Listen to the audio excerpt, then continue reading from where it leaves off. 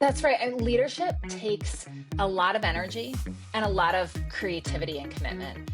And so you've got to want to get up every day and be like, this is what this is. This brings me joy. This gets me excited.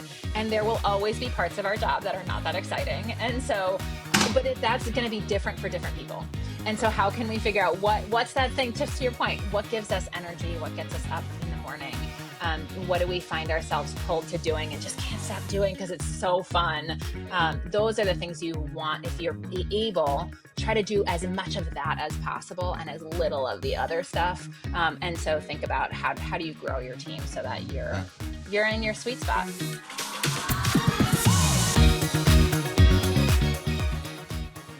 Welcome back, everybody, to the Unscripted Leader.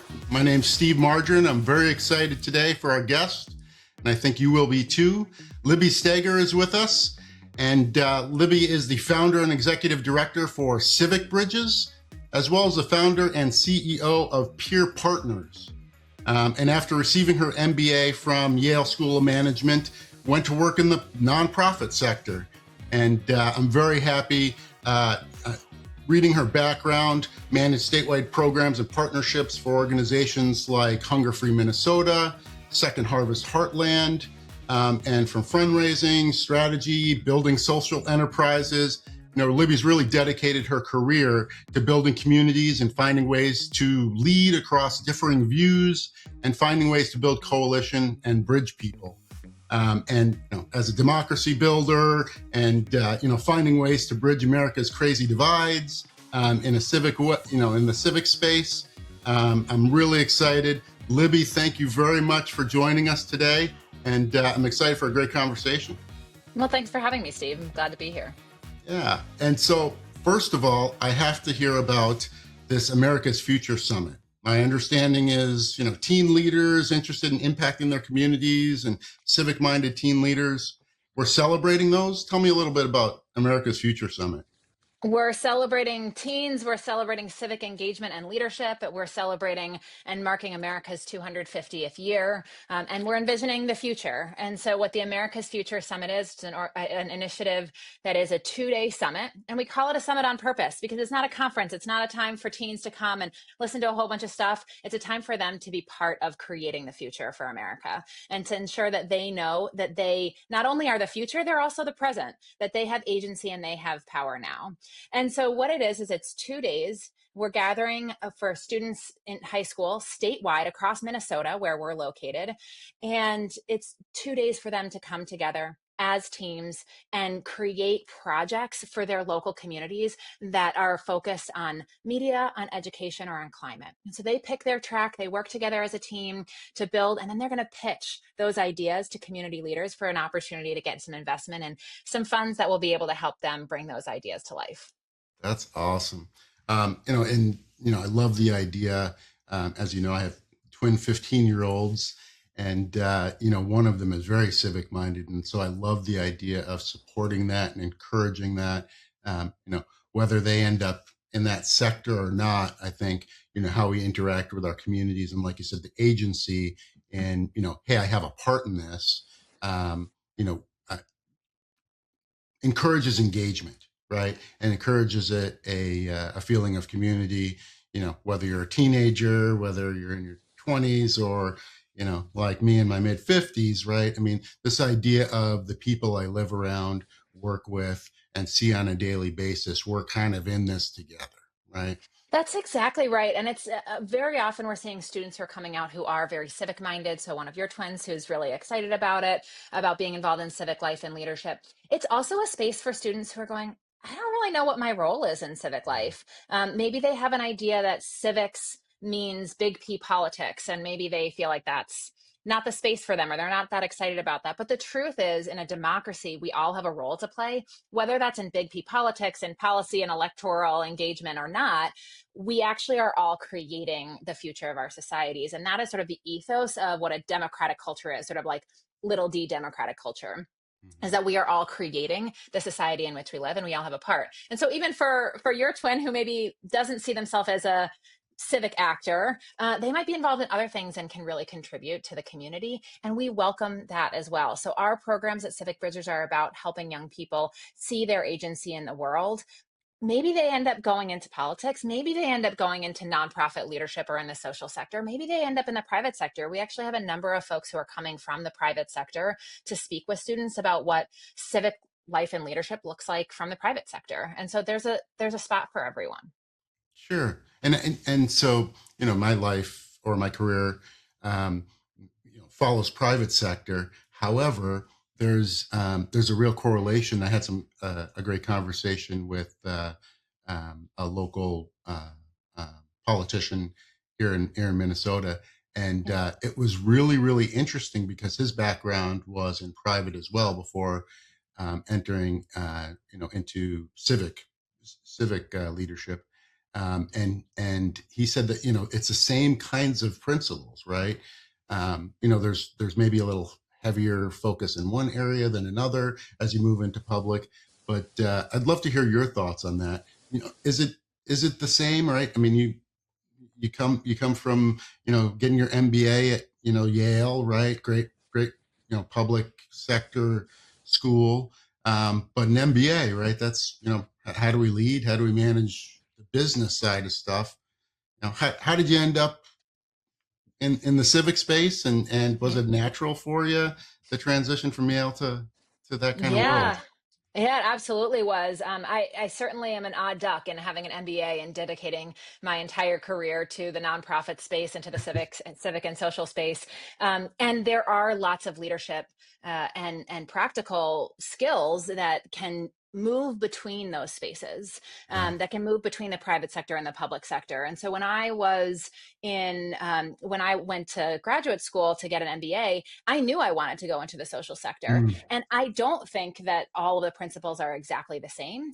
I think there is a meaningful depth of complexity in the social sector. We have a lot of different customers, for example, sure. right? So often you'll see nonprofits serving, I mean, they're serving their customer. They're sort of, if you think of it in that way, are the people that they're serving, but they've also got these donors who they're Yeah. engaging, or they've got, right, other stakeholders. And so there's a level of complexity that's really interesting to me. And I think there's something that we can learn in the private sector about that, right? Is how do we think about our customers and our shareholders differently or the same? How do we think about our community responsibilities not as an add-on but as actually something that creates the common good, that creates the conditions for our businesses to thrive? So they're not apples to apples, but there are things that we can each learn from each other. And so I was so grateful to be able to go to an MBA program and learn some of those direct principles and also the hard skills, things like the basics of finance and accounting and strategy, right? And that have really served me well in the nonprofit space. So I've learned a ton from that, and I think it can go both ways. Sure. And so tell me a little bit about some of those. I think a lot of the leadership conversations I have lately have been around kind of how do you structure the right organization, right? There's uh, dynamic environment out there with things like AI changing how people think about the structure of an organization.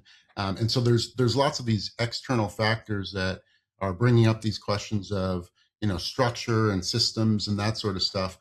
How does that apply, or how does that develop for you in the public sector, having worked in a community based organization and now leading a couple? Yeah, I think it depends on the sector you're in. So for me, as a founder of an organization, first came the mission, right? What is it we're trying to achieve in the world? And I think that can be true in the private sector as well. Is what impact are we trying to make? And that doesn't have to be a social impact. But very often, even in the private sector, we're not just building something for revenue generation. That's an outcome, but we're actually building a product or a service that helps make the world easier or better or more enjoyable for folks. And so Right. that is sort of, when we think about mission in the private sector, that's the mission. And in the nonprofit sector or the social sector, that can often be a little bit more obvious, but we start from that. But then I really said, okay, but how are we going to make this work? Like, what's our business model? What's our revenue and our structure? Mhm. In the nonprofit sector, very often that is charitable contributions. And so there might be a strategy around, okay, is that individual contributions? Are we looking at federal or state or county grants? Are we looking at foundations? Right? What's the model there? But actually, for me, what I've seen across my journey in the nonprofit and social sector is that philanthropy is an incredibly powerful actor, and it flows, right? It's sort of in and Mm, out. They change priorities, yeah. and that's their prerogative, and that's intentional and by design. And so there's nothing wrong with that. But from a nonprofit perspective, I've got to have a steadier base. And so we actually built an earned revenue model pretty quickly so that we would have a steady base. And then philanthropy has been able to come in to help us innovate, to help us grow, to really be that engine Yeah. that churns and helps us adapt to the environment, but while having a steady revenue base has been really helpful. So that's how I've thought about structure. You asked about things like AI and systems, and we think about how to incorporate those once we know that base foundation, but we're not building our entire ecosystem around it. Right, right. How do you, how do you, having founded the organization, how do you understand, what's our staffing level and those sort of things? Because I assume you have, like many organizations, competing demands, right? I have services I need to deliver and I need people to do that. But here's my funding level, which, has some volatility to it, maybe. Mhm. How do you make those decisions? It's same as private, or what are your thoughts? Yeah, I always try to be right on that edge. And so what I look at is at least a year long, month by month cash flow projection. I have that as a conservative basis, right? Like, okay, if things do not go great, what would that look like? And if things go sort of on the trajectory they're going, then where will we sit? And then look for hiring at the edge, right? So hiring when it's like we've got enough that we are not going to hire someone for a month and then have to let them go, right? But a little bit before we think we're 100%, ready. Sure. And that has actually proven out really well. And then we look at sort of, okay, well, where are we hiring? So for example, we're hiring a VP of advancement right now, which in the social sector is sort of your business development lead. And so that's because I'm at my edge where, the opportunity, the amount of time I'm spending in those spaces as the world starts to pay more attention to democracy building spaces, which is the work that we're in, um, I could feel that was starting to seep out of the capacity that I had, the amount of time that I had. And so we said, okay, now's that moment when we have to hire to kind of stay in front of the motion rather than being behind it. Sure. I often talk with folks about that ceiling of complexity, or that bandwidth and expertise kind of line, where as a founder, or as a senior leader in an organization, you kind of reach, especially in early organizations, you reach this size and complexity level where it's like, okay, I can't get from here to there if I don't either duplicate myself or start filling these spaces, because I only have so much time, right? I only have, uh, if I spend time in the fundraising in your world, right? Fundraising and business development, that means I'm not spending time somewhere else, but I'm really good at this. And, so I often talk with owners who are in that space that you're talking about and struggling, right? What's the right next step? I think that's exactly right. And it's both a time capacity and also core skill set. So I can run programs. I have built a lot of the basis of our curriculum that we work with students, and delivered that programming, but it's also not my core competency. Mm, There are so many people that I have met in my career who are exceptional at that. So that was the first leadership role I hired for. And we hired an sure, incredible leader who has been able to push that to a much, much higher quality than I ever could have delivered. sure. I did that first because I'm a fundraiser. I know how to do that. So I could keep that for a little bit longer. Now we're reaching that. It's not quite the edge of my skill set capacity, but my time capacity. Yep. And so I think you're exactly right. I love this, the ceiling of complexity. And I think leaders should think about and understand, have some self awareness about where they're least skilled, because anyone who's founding an organization or leading an organization is having to do 1,500 different things on any given day. What are you, and many of us are able to do those things and hold those things, but what are the things where you're like, actually, this isn't, there are people out there who are much, much better at this than I am. Hire those Hmm. people first, engage them, find that, like, and then don't be afraid of them, right? Let them loose. Make sure that they can carry out their vision and help create the better version of what our core vision is. And I've been so lucky to work with people who've been able to do that for me. Yeah, it's really finding the right people at the right time. And that sounds Mhm. cliche, but I think it's so true for founder-led organizations. And I think about, this idea of time and expertise, like you mentioned. but also what fuels you, right? And as Mm, I'm talking with yeah. owners, I'm also asking them, what do you really enjoy about your business, right? If you could do this all day, every day, what would it be? And often I'll hear things like business development, right? But I don't want to deal with the back end of sales, or I don't want to manage the sales function, or I really want to get in the shop. I really love designing new products and that kind of stuff. Mm, So then we find a way, how do we structure the organization that allows you to do that, right? right. And Right. that's where you're spending your flex time, if there's such a thing, rather than in things that you don't like but you feel like you have to do. That's right. And leadership takes a lot of energy and a lot of creativity and commitment. And so you've got to want to get up every day and be like, this is what this is. This brings me joy. This gets me excited. And there will always be parts of our job that are not that exciting. And so, but that's going to be different for different people. And so, Right. how can we figure out what's that thing? Just to your point, what gives us energy? What gets us up in the morning? What do we find ourselves pulled to doing and just can't stop doing because it's so fun? Those are the things you want. If you're able, try to do as much of that as possible and as little of the other stuff. And so think about how do you grow your team so that Yeah. you're in your sweet spot. Yeah, and you have the energy to do all Absolutely. these other things that even if you're only needing to do a little bit of it, if you use up all your energy on the things that you don't like, right? The things that you do like aren't going to be as high quality. That's exactly Or right. so I think the theory goes, right? Yeah, I buy it. It's Yeah. worked for me so far. It's interesting. You had made a couple differentiations between, the little d and the big D, and Hmm. the little p and the big P. And Yeah. I actually recently had a conversation with somebody who explained the little m and the big M as it related to marketing. So I Hmm. have in my mind this big M, this capital letters and little letters. So tell me a little bit about the little d and the big D, and then I'd love to hear about the P's.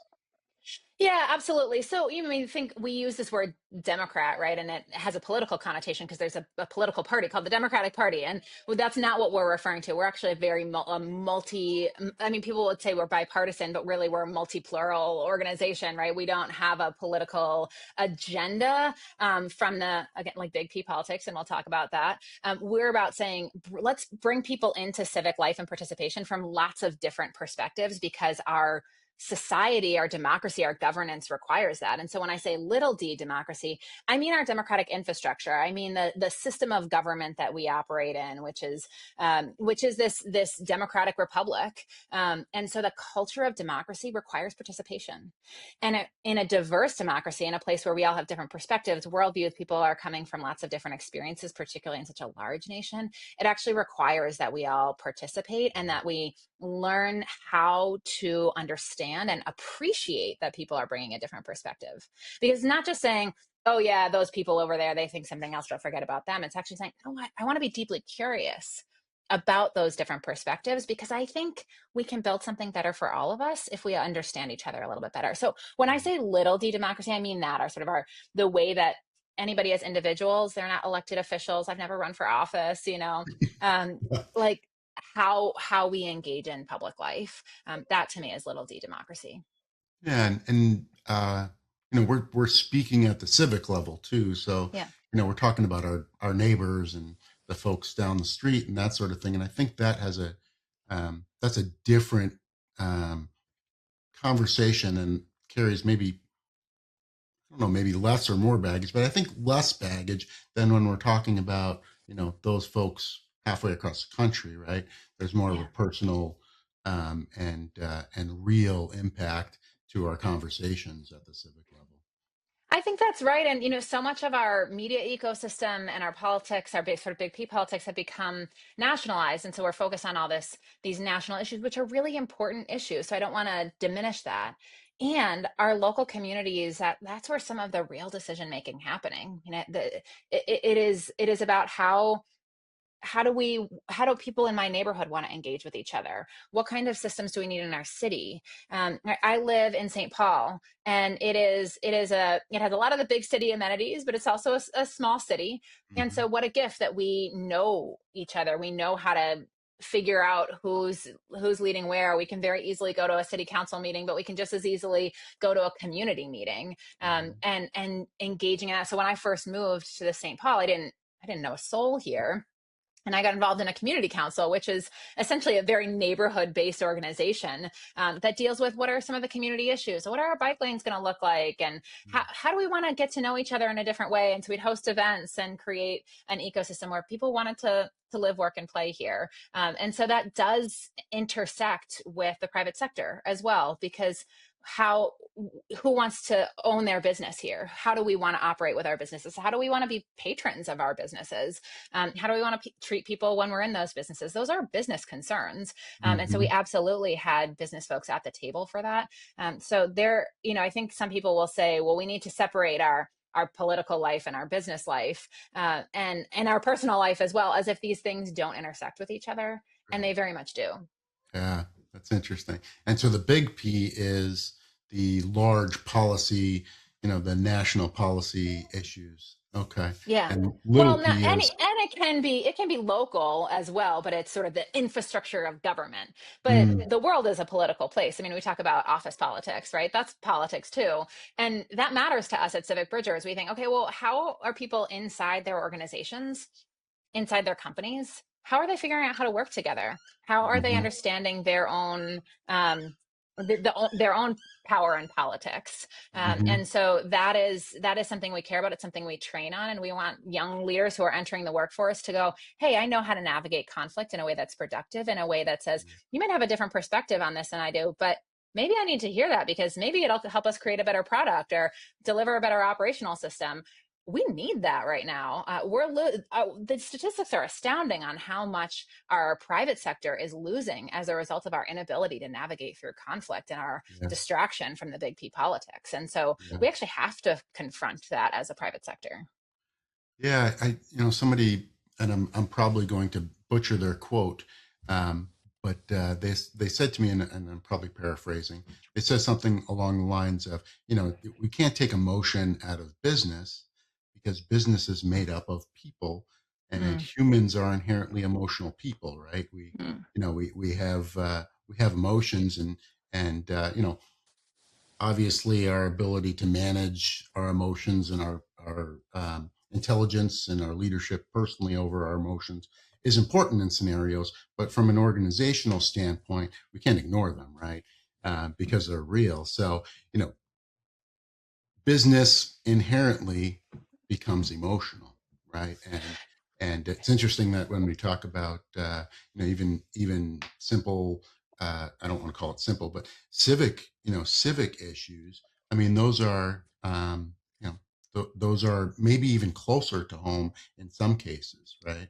I yeah. remember I was at a city council meeting, and we are talking about a multi unit housing development going up and about half a mile down the road from me. And it was interesting how I saw my neighbors engage in that conversation. Hmm, And you've sat in those rooms, I'm sure, and kind of got wild, right? And hmm, and that's at a very simple, meeting at a very small city, and I imagine how that conversation gets led, and I had a great conversation with a small community leader not that long ago, a mayor, and he had some really great um, thoughts about how you lead through that. Um, hmm, I'd be interested because it's a little bit of that, bridging that gap between your work and um, the funding that you get. I mean, those some of those folks, many of those folks, I assume that you're talking with, are in a very different place than your organization where your mind is at. But you need to kind of bridge that. How does this link to what you're trying to accomplish? Legacy wise, civic wise, whatever the case. What hmm. does that conversation sound like when you're talking with donors and those kind of folks? Yeah, I love that you use bridging language, because, of course, our name is Civic Bridgers, and we are bridging every single day. So sometimes, yeah, it's at the city council meeting about really important neighborhood and local issues. sometimes it's because you have to sell to different people and you have to be able to listen to what they need and want before you can possibly meet their need with your product or service. And so that's essentially what we're doing when we're fundraising. So absolutely, there are different partners that we have who come into the work, whether they're funders or we do a ton of partnership work with organizations around the state. And we first have to listen to understand what is it that what are their core goals and what do they want to achieve? And then really ask ourselves, is what we're offering what they need at this moment? And very often it is, and sometimes it isn't. But I might talk about that with a different emphasis. So if there's an organization that's really, really interested in educational outcomes, well, we want to talk about the work that we're doing with young people to Mm-hmm. help them become more successful in school, to feel like they have agency. I'm going to tell them stories about the students in Winona who are sort of suddenly like very, very engaged in school after going through our programs because they recognize that they have more agency than they ever thought they did. That's what I'm going to talk about with them. But if there's an organization that really cares about investing in our democratic future, I'm going to talk more about the democratic ecosystem. Both of those things are true, and I'm not changing who Yeah. I am, but I'm adapting what I emphasize and what I talk about. And the same is true when we're bridging across meaningful lines of sort of personal differences or ideological differences, is that we first have to listen to understand them. And then we have to know ourselves. We're not here. Bridging is not compromising who we are, what we do, or what our values are. It's about understanding where someone else is and then finding the connective tissue. And we're doing that when we're in sales. We're doing that when we're trying to navigate through politics. We're doing that in our neighborhoods when we're figuring out, should I be mowing my lawn at 6 a.m. on a Sunday, right? We're like, wait, why would that be offensive to someone? Oh, I have to listen to what they care about. Maybe that's their day to sleep in, right? All those kinds of things. And it's from the really big issues that are affecting us nationally to the everyday things like mowing your lawn on a Sunday. Sure.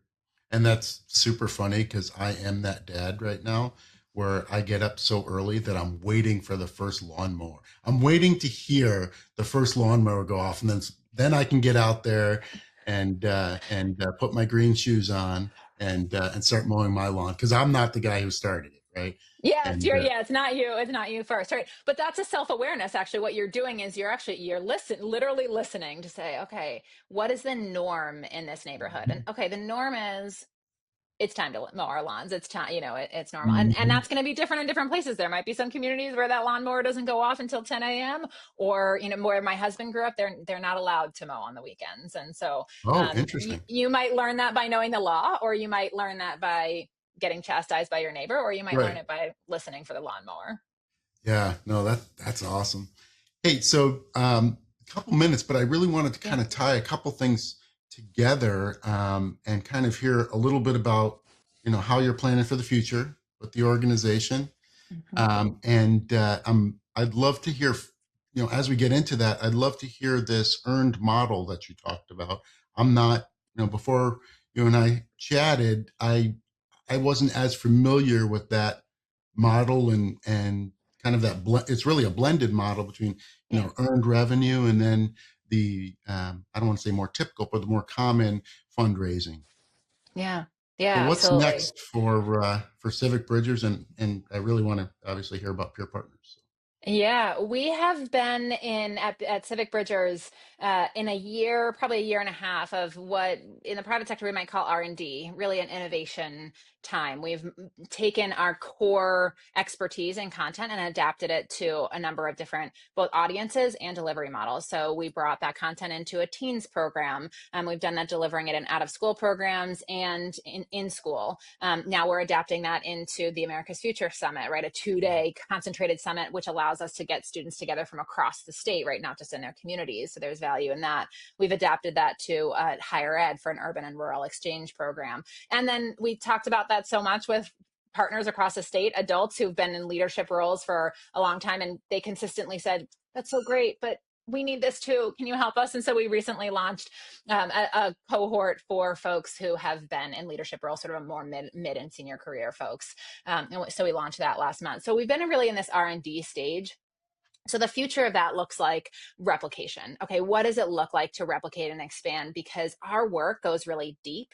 We're not here for that sort of surface level. We're here for more extended support. And so replication doesn't look like just do so much more of it that it becomes very shallow. It's how do we Yeah. maintain that depth while impacting more people, and because we're constantly getting requests for it, right? Like there's so much more need out there. So we're looking at that, and that requires us to both look at sort of where is the need, but because the work that we're doing is around bridging divides and that need feels pretty ubiquitous, Mm. it's everywhere. What we'll more be looking at is, how do we sustain that as an organization? What's the revenue model? What's the base there? So that's how we're thinking about growth in the long term. So I can't say like, and then we're going to be in these different places, because we are actually figuring that out as a team right now. And as we bring on a new leadership team member, we want their voices to be part of it. That is how I lead. I lead through listening. I lead through this sort of collaborative approach, which means our leadership team, our board, even our partners, and our students that are part of our programs. So that leads to your second question, Steve, which was, remind me your second question. So specifically about the kind of the earn model, and Ah, then, yes, yeah. how does that fit into the mix? And, um, maybe a specific question, because it's of interest to me. Um, there could be uh, there could be a challenge in managing those two worlds together, right? The earned model, um, kind of gravitates to a certain kind of structure and focus, Hmm. Hmm. um, whereas your fundraising, model and programs might be a little bit different. And Yeah. I'd love to hear how you reconcile that, or how you're managing that in the organization. Yeah, one of the things I love about an earned revenue model in a nonprofit space is that it more closely ties our incentives to the product or service that we're delivering, right? So if I have, so for example, we have professional development options, so both individual workshops, but also these sort of cohorts where we're bringing people together and providing pretty intensive long-term development in a cohort. And so companies, nonprofits, partners will pay for that. Hmm. So at the end of the day, if they have a terrible experience, they're not going to refer us. They're not going to, send their Hmm. protege to the next one, right? So it is really, really important that I'm delivering a high quality program. Now, in my head, it's like I've never thought, well, we wouldn't deliver a high quality program, because that's what we're here to do. But it is interesting to see how your incentives sort of shift and change, Hmm. how much more you're checking in, really understanding, how's this going for you along the way, but I'm measuring their actual experience, not what a donor wants me to measure. Yeah. And so that's the difference. And so in my perfect world, which I do not live in, but is the aspiration, is that earned revenue would be that base. That's sort of like, this is our sustainability. This is the sustainability engine. This allows us to continue our work, and deliver the service that the community needs and wants, for as long as the community needs and wants it. And that philanthropy would be that engine for innovation and growth, because it's really Hmm. hard to grow. You need to invest up front before that revenue comes in. And so if we were going to go to a new market, or we're going to expand a service, or we're going to try something new, we would need philanthropy to be part of that engine.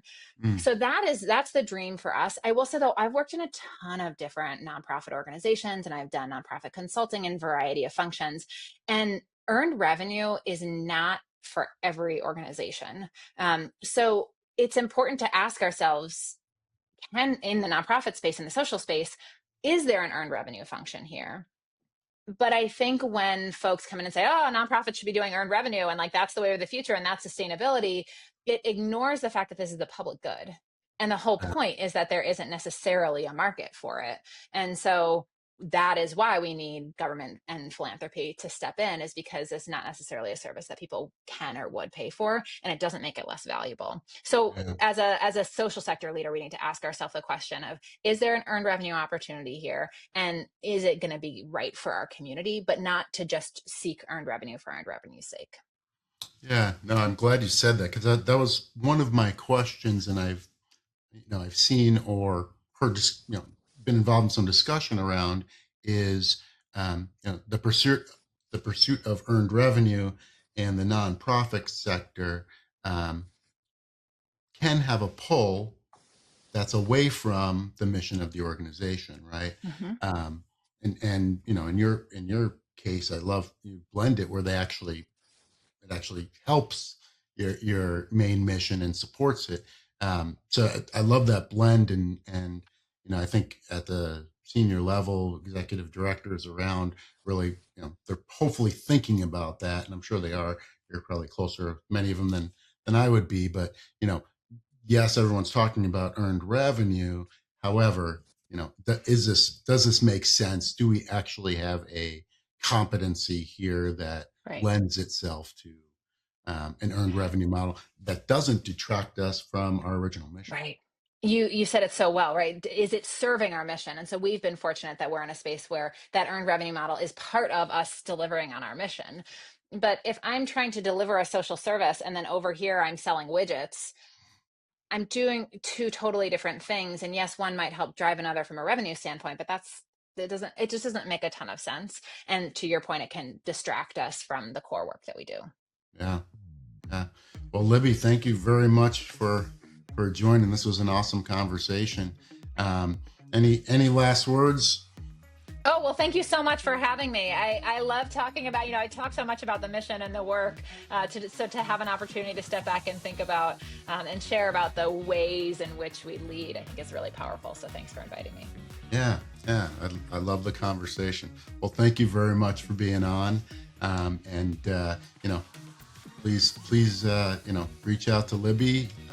Libby's very open door. So we'll maybe, is it your LinkedIn the best place to connect with you, or email? Yeah, LinkedIn's a great place to connect with me. Libby Stegger. Happy to field questions or just connect and see what y'all are up to.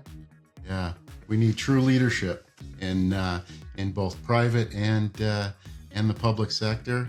Nonprofit leadership is a unique gift. And Libby, thanks for sharing that with us. Thanks, Steve. Bye for now. Thanks for joining in, everyone.